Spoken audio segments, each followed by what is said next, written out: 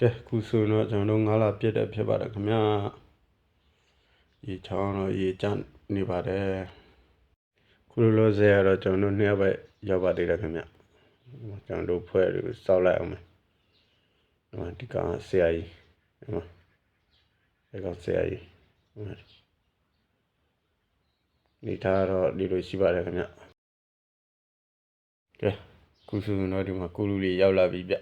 ဒီမှာရေထဲဆင်းဖို့ဒီမှာပြင်ဆင်တယ်လက်နက်တွေဒီမှာစားလိုက်တောက်လိုက်ပေါ့ဒီမှာကိုလူလေးအဲ့တော့ဒီနေ့ဒီလောက်ပဲ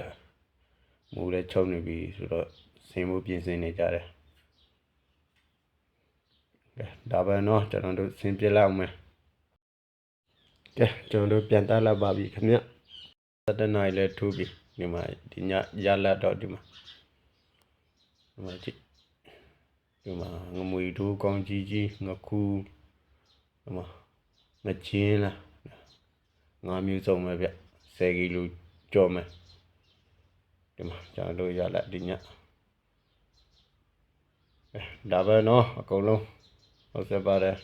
ဘိုင်ဒီမှာလက်နက်လေးကြည့်ပါလားโอเค